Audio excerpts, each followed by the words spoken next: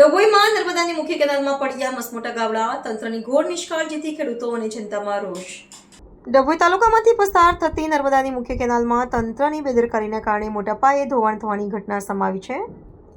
શિનોર ચોકડી પાસેથી પસાર થતી આ કેનાલમાં પાણી છોડવામાં આવતા જ પૂર્વવત રહેતા નાના ગાબડાઓને હવે વિકરાળ સ્વરૂપ ધારણ કર્યું છે, જેના કારણે લાખો લીટર પાણીનો વેડફાટ થઈ રહ્યો છે. ઓફિસની નજીક જ હોવા છતાં અધિકારીઓ કેમ અજાણ? નવીનતાની વાત તો એ છે કે જ્યાં ધોવાણ થઈ રહ્યું છે તેથી માત્ર 200 મીટરના અંતરે જ નર્મદા નિગમની કચેરી આવેલી છે.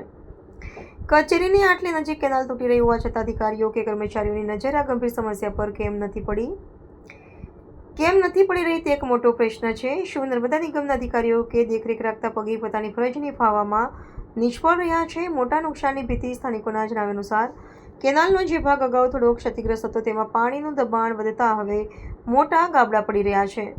જો સમયસર આ ધોવાણને રોકવામાં નહીં આવે તો કેનાલ વધુ તૂટી શકે છે અને આજુબાજુના ખેતરો કે રહેણાંક વિસ્તારોમાં પાણી ભરી જવાથી મોટું આર્થિક નુકસાન થવાની પૂરેપૂરી શક્યતા છે.